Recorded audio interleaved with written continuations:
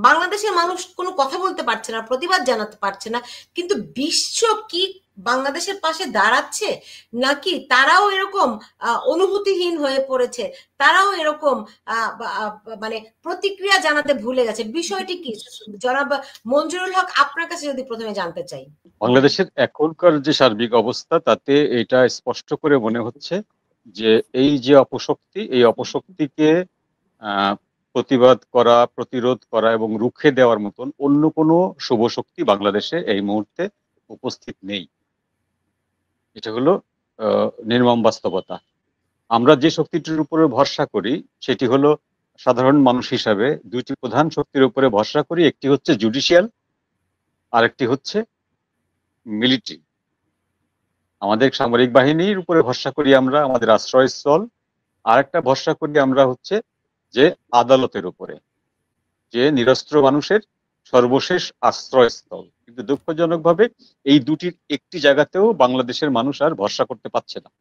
আদালত তার কার্যপ্রণালী স্বাধীনভাবে করতে পারছে না, এবং সামরিক বাহিনী কোন এক অজানা কারণে বারবার করে হুঙ্কার দিচ্ছে মব সন্ত্রাসের বিরুদ্ধে, বারবার করে আলটিমেটাম দিচ্ছে, কিন্তু কার্যত কোনো পদক্ষেপ নিচ্ছে না। যদি চোখের সামনে কেউ ধরা পড়ছে চুনোপুটি, সেই চুনোপুটিদেরকে ধরে তারা সংবাদপত্রে ফলাও করে ছাপছে যে অমুককে ধরা হলো। কিন্তু এই যে মব বন্ধ করার জন্য যে পদক্ষেপ নেওয়া দরকার, এটা বন্ধ করতে পারে না, আমি এটা বিশ্বাস করি না। বাংলাদেশের পুলিশ এবং বাংলাদেশের সেনাবাহিনী বা বাংলাদেশের বিভিন্ন ক্যাটাগরির যে বাহিনীগুলো আছে, এই বাহিনীগুলো যে মব ভায়োলেন্স বন্ধ করতে পারে না, অরাজকতা বন্ধ করতে পারে না, আমি এটা বিশ্বাস করি না।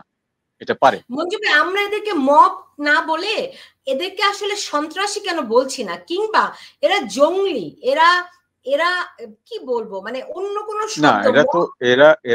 এরা তো সন্ত্রাসী অবশ্যই, কিন্তু মবটা বলা হচ্ছে কি জন্য, যে মবটা হচ্ছে এক ধরনের ফ্যালাসি তৈরি করে। অর্থাৎ আপনি যদি একটি সংঘবদ্ধ দল তৈরি করে কোনো একটি অপরাধ সংগঠিত করেন, অপরাধ সংগঠিত করলে তো একটি দলের নামে সেটি যায়। তো এখানে যেহেতু কোনো দলের নাম দেওয়া হচ্ছে না বা দল হিসাবে যাচ্ছে না, সেই জন্য এটাকে মব বলা হয়। যেমন ধরুন যে আপনি যে তৌহিদি জনতা, তৌহিদি জনতা নামে কোনো পার্টি কিন্তু বাংলাদেশে নেই। কিন্তু আপনি যখনই দেখবেন যে সারা বিশ্বের কোথাও মুসলমানদের উপরে কোনো অত্যাচার হচ্ছে, বা বাংলাদেশে কোনো একটি লোক হয়তো তাদের কাউকে অবমাননা করেছে তাদের ভাষায়, অবমাননা করেছে বা ধর্মের বিরুদ্ধে কোনো কথা বলেছে তাদের ভাষায়, তাহলে তারা যে লোকগুলো সংগঠিত হয়ে কাজটি করে, সেই কাজটি করার পরে বলে এটা তৌহিদি জনতা। আপনি দেখবেন যে বিভিন্ন রাজনৈতিক পোস্টারের নিচে লেখা থাকে এলাকাবাসী, নিচে লেখা থাকে অমুককে এই নির্বাচনে সংসদ সদস্য হিসাবে দেখতে চাই, অমুককে অমুক জায়গায় দেখতে চাই, প্রচারে এলাকাবাসী। এই এলাকাবাসীর একটি লোকও হয়তো ওই পোস্টারের সাথে সহমত না, কিন্তু এটা বলা হয়। এটা বাংলাদেশের রাজনীতির একটা নোংরা কালচার, এটা একটা নোংরা কালচার। তো সেরকম নোংরা কালচার হচ্ছে যে মব ভায়োলেন্সটা। তো মব ভায়োলেন্সটা হচ্ছে মবটা কতখানি সুদূর পরিকল্পনা যে আপনি সুনির্দিষ্ট করে কাউকে আইডেন্টিফাই করতে পারবেন না যে অমুক ব্যক্তি অমুক দলের, কিন্তু তারা তাদের লক্ষ্য যে একটা অরাজকতা তৈরি করা, সেটা কিন্তু করে যাচ্ছে। এইটি বাংলাদেশে নতুন, বাংলাদেশের আগেও হয়েছে, এবার একেবারে নতুন না। এবং পৃথিবীর ইতিহাসে এর উৎপত্তি হচ্ছে আপনার জার্মানিতে, ইটালিতে। যখন ফ্যাসিবাদ ওখানে কায়েম হয়, তখন এরকম দলগতভাবে একটা বিভিন্ন একটা বিশেষ ধর্মের মানুষের উপরে, ধরেন যে ইহুদিদের উপরে যখন আক্রমণটা করা হয়, তখন সেখানে সোশ্যালিস্ট পার্টি অফ জার্মানি, যে ইসরায়েল হিটলারের, সেই বাহিনীর নাম করা হয় না, বলা হয় হচ্ছে যে নাৎসি আদর্শে বিশ্বাসী কিছু জনগণ, তারা এটা করেছে। বাংলাদেশে এটা পরিকল্পিতভাবে করা হচ্ছে, যে যেহেতু প্রফেসর ইউনূসের নামে একটা শান্তির নোবেলের একটা ট্যাগ দেওয়া আছে, এবং তিনি একজন বিশ্ববরেণ্য ব্যক্তি, বিশ্বের বিভিন্ন জায়গায় তার যোগাযোগ আছে। জামাতে ইসলামী একটি গণতান্ত্রিক দল হিসাবে নিজেকে পরিচিত করে, বিএনপি একটি মুক্তিযুদ্ধের পক্ষের দল হিসাবে পরিচালিত করে, বা অন্যান্য যারা স্টেক হোল্ডার আছে, তারা কেউ কিন্তু এই দায়িত্বটা নেয় না, দায়িত্বটা চাপিয়ে দেয় মবের ওপরে। মবের ওপর চাপিয়ে দিলে যেটা হয় যে এর আইনগত কোনো প্রতিকার করা যায় না। মব যখন কাজটি করে, তখন ওই নির্দিষ্ট ব্যক্তিকে যদি আপনি টিভি ফুটেজ দেখে আইডেন্টিফাই করতে না পারেন, তাহলে কিন্তু আপনি কাউকে গ্রেপ্তারও করতে পারেন না, শাস্তিও দিতে পারেন না। এই জন্য মব ভায়োলেন্সটা হচ্ছে ভায়োলেন্স করার জন্য খুব ইম্পর্টেন্ট এবং খুব অক্সিলারি একটা ফোর্স, যেটি রাইট। তারা ব্যবহার করছে, এখন যেটি আপনি তারা যে ব্যবহার বললেন যে করছে। এটার উৎপত্তি জার্মানিতে, আপনি বললেন নাৎসিদের তৈরি করা, বললেন তো ফ্যাসিস্টদের তৈরি করা। তো এখন ফ্যাসিস্ট তো আওয়ামী লীগ, রাইট? তো আপনি তাহলে কোন ফ্যাসিস্টের কথা বলছেন? হ্যাঁ, ফ্যাসিস্ট আওয়ামী লীগ, এটা আপনি যারা এটা বলে তাদেরকে আপনি কাউকে ডাক দিয়ে জিজ্ঞেস করবেন যে ফ্যাসিস্টের সংজ্ঞাটা একটু দিন, আর এর সাথে আওয়ামী লীগের কর্মকাণ্ডের একটু সংমিশ্রণটা আমাদের জানান। আই এম শিওর যে তারা কেউ এটা বলতে পারবে না। ফ্যাসিজম অন্য জিনিস, আর শেখ হাসিনা যেটা পরিচালিত করেছেন সেটা অন্য জিনিস। সেটা স্বৈরাচার হতে পারে, সেটা একনায়কত্ব হতে পারে, যে এককভাবে উনি সিদ্ধান্ত নিয়েছেন সংসদে বিরোধী দল বলে কেউ নাই, যে কয়জন বিরোধী দল ছিল তারা সংসদ বয়কট করেছে, সংসদ টোটালি নিজেদের এখতিয়ারে ছিল, এগুলো স্বৈরাচারী হতে পারে, বাট ফ্যাসিস্ট না। যাই হোক, সে আলাপে না। আমার কাছে যেটা গুরুত্বপূর্ণ মনে হচ্ছে সেইটি হচ্ছে যে বাংলাদেশে একটি বিশাল আহ, মধ্যবিত্ত শ্রেণীর উদয় হয়েছে ৭১-এর পরে। এই মধ্যবিত্ত শ্রেণী কিন্তু ৭১-এর আগে বাংলাদেশে ছিল না, এরা পাকিস্তানি পাচাটা গোলাম ছিল, বাংলাদেশের মিডিল ক্লাস। তো দেশ স্বাধীনের পরে বাংলাদেশের মিডিল ক্লাস লেখাপড়া বিদ্যা অর্জন করে টোরে বিশ্ব টিশ্ব ঘুরে টুরে মোটামুটি একটা ক্লাস হিসাবে দাঁড়িয়েছে। এই মিডিল ক্লাসের তথাকথিত যারা বিদ্বজ্জন বা ইন্টেলেকচুয়াল, এই ইন্টেলেকচুয়ালরা বাংলাদেশের সেনাবাহিনী, বাংলাদেশের অন্যান্য বাহিনী, বাংলাদেশের শিক্ষক সমাজ, বাংলাদেশের শিক্ষিত সমাজ, কারোর পক্ষে কিন্তু এই যে অবৈধ, যে সরকারের যে অবৈধ কর্মকাণ্ডগুলো, জননিপীড়ন, জননির্যাতন, মানুষের উপরে টর্চার করা, আইন শৃঙ্খলা পরিস্থিতিকে স্থায়ীভাবে খারাপ করে দেওয়া, এর প্রতিকার করার ক্ষমতা কারোর নেই বা কেউ করছে না। সেনাবাহিনীর আছে কিন্তু সেনাবাহিনী করছে না, কেন করছে না আমরা সেই বিতর্কে যাব না। তাহলে না, উপায়টা কি? মঞ্জু ভাই, এর মঞ্জু ভাই, ধরেন আপনি হুম, বলছেন যে আওয়ামী লীগ সরকার ফ্যাসিস্ট ছিল না সংজ্ঞা অনুযায়ী। তো ধরেন আওয়ামী লীগ যদি, কিংবা মানে ধরেন আপনি বলছেন না, আমিও মনে করি আওয়ামী লীগ সরকার ফ্যাসিস্ট না, আওয়ামী লীগ সরকার হচ্ছে কর্তৃত্ববাদী সরকার, অটোক্র্যাটিক সরকার, রাইট? মানে সহি যদি সংজ্ঞায়ন করেন তাহলে দাঁড়ায় যে এটা অটোক্র্যাটিক বা একটা অটোক্রেটিক। একটা একটা কর্তৃত্ববাদী সরকার। এটা হচ্ছে গিয়ে শেখ হাসিনার সরকার। কিন্তু ঢালাও ভাবে এই আওয়ামী লীগ সরকারকে ফ্যাসিস্ট সরকার বলা হয়।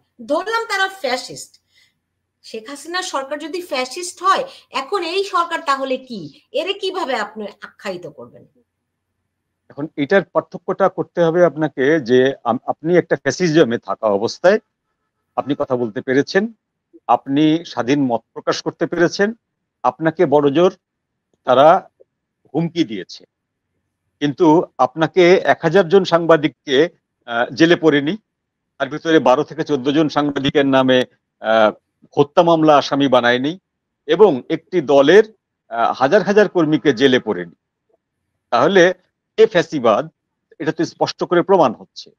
তো ফ্যাসিবাদী আপনি একে প্রমাণ করতে পারবেন না, পাচ্ছেন না, এই জন্য পাচ্ছেন না যে যে ব্যক্তিরা আওয়ামী লীগকে ফ্যাসিবাদ বলতো সেই ব্যক্তিরা এই ফ্যাসিবাদকে পেট্রোনাইজ করছে। যে ব্যক্তিরা, যে ধরুন আমাদের শক্তিশালী মাধ্যমটা কি? শক্তিশালী মাধ্যম হচ্ছে প্রচার মাধ্যম, আমাদের শক্তিশালী মাধ্যম হচ্ছে শিক্ষিত জনগণ, আমাদের কৃষক সমাজ বা আমাদের শ্রমিক সমাজ কিন্তু এর সাথেও নাই, পাচেও নেই, তাই না? তো আমাদের এই যে শিক্ষিত যে শ্রেণীটা, এই যে হিপোক্রেটিক যে আচরণটা করছে, এই শিক্ষিত শ্রেণীটাই আওয়ামী লীগের ফ্যাসিবাদের প্রতিবাদে বর্তমানে প্রচলিত ফ্যাসিবাদকে লেজিটিমেসি দিচ্ছে, জাস্টিফাই করছে। তাহলে আপনি কার কাছে যাবেন?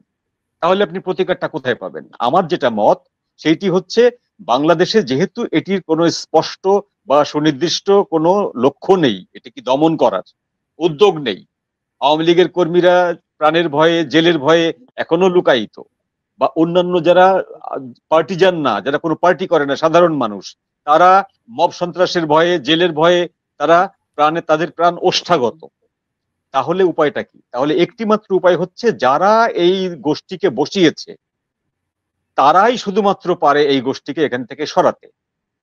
তো সেই বিষয়টা আমরা পরে আসবো, আমি শুধু এইটুকু বলে জি, রাখি যে জি। আমরা ডিপ স্টেটের কথা জানি, আমরা আইএসআই এর কথা জানি, আমরা তুরস্কের কথা জানি, যে এই কতগুলো শক্তি অপশক্তি মিলে এরকম একজন লোককে তারা ম্যানুফ্যাকচার করেছে, এরকম একজন লোককে তারা এখানে বসিয়েছে, বসানোর পরে দেশে একটা অরাজক পরিস্থিতির সৃষ্টি হবে। সেই অরাজক পরিস্থিতির ভেতর দিয়ে ওই যে শক্তিগুলো তাদের নির্দিষ্ট যে পারপাস সেগুলো সার্ভ করবে, তাদের নির্দিষ্ট যে ইয়ে আছে, কাঙ্ক্ষিত লক্ষ্য, তারা সেটি অর্জন করবে। কিন্তু সেই অর্জন করার সময়ও একটা টাইম লিমিট আছে, এতদিনের ভিতরে অর্জন করতে হবে। তোমাকে আমরা তো বছরের পর বছর অনির্দিষ্ট সময় দিতে পারবো না। সেই জন্য আমি এক বলছি বছর তো যে হয়েও গেল। 1 বছর হয়ে গেল এবং এখন অলরেডি ভয়েস রেজ করা হচ্ছে। এখন পশ্চিমা বিশ্বে ডক্টর ইউনূসের সরকারের বিরুদ্ধে রীতিমতো ভয়েস রেজ করা হচ্ছে বিভিন্ন দেশে। যেমন যেমন আপনি ধরুন ফ্রান্সের প্রেসিডেন্ট সাক্ষাৎ করতে না চাওয়া, বা ব্রিটেনের প্রেসিডেন্টের আপনার সাক্ষাৎ করতে, প্রধানমন্ত্রী সাক্ষাৎ করতে না চাওয়া, তারপরে জাতিসংঘের থেকে সতর্কবাণী দেওয়া ইনক্লুসিভ নির্বাচনের জন্য, তারপরে আন্তর্জাতিক অপরাধ আদালতে ডক্টর ইউনূসের নামে মামলার ব্যাপারটা আছে, তারপরে টিউলিপ সিদ্দিকী ডক্টর ইউনূসের নামে উকিল নোটিশ পাঠিয়েছে। এরকম একাধিক ঘটনা আছে যে ঘটনাগুলোর প্রমাণ হচ্ছে যে এই সরকারের বিরুদ্ধে পশ্চিমা শক্তি যারা বসিয়েছে তারাও এখন আর সন্তুষ্ট না। কারণ তারা বুঝতে পারছে যে এই সরকার একটি জঙ্গিবাদী গোষ্ঠীকে ক্ষমতায় বসিয়ে বাংলাদেশটাকে ধ্বংস করার জন্য পরিকল্পনা করছে। এবং সেই জন্য সর্বশেষ যে উদ্যোগটি তারা নিচ্ছে সেই উদ্যোগটি হলো কোয়াডের। কোয়াড আপনি জানেন যে কোয়াড হচ্ছে মার্কিন যুক্তরাষ্ট্র, ভারত, জাপান এবং অস্ট্রেলিয়ার একটি সামরিক জোট, একটি স্বার্থ সংশ্লিষ্ট জোট। এই কোয়াডের সর্বশেষ বৈঠকটি হয়েছিল ডোনাল্ড ট্রাম্প ক্ষমতায় নেওয়ার, ক্ষমতায় বসার দিন, বসার ওই মাসে। এবং তারপরে এই 6 মাস পরে গত পরশুদিন এই কোয়াডের বৈঠক শুরু হয়েছে, আজকে পর্যন্ত চলবে, 3 তারিখ পর্যন্ত চলবে। এই কোয়াডের বৈঠকটি এইবারের আলোচনায় প্রথমত অংশ নিচ্ছে হচ্ছে ওই 4টি দেশের পররাষ্ট্রমন্ত্রীরা। এই পররাষ্ট্রমন্ত্রীদের আলোচনা শেষে পরে এই বছরের শেষের দিকেই বা কয়েক মাস পরে বসবে 4টি দেশের সরকার প্রধান।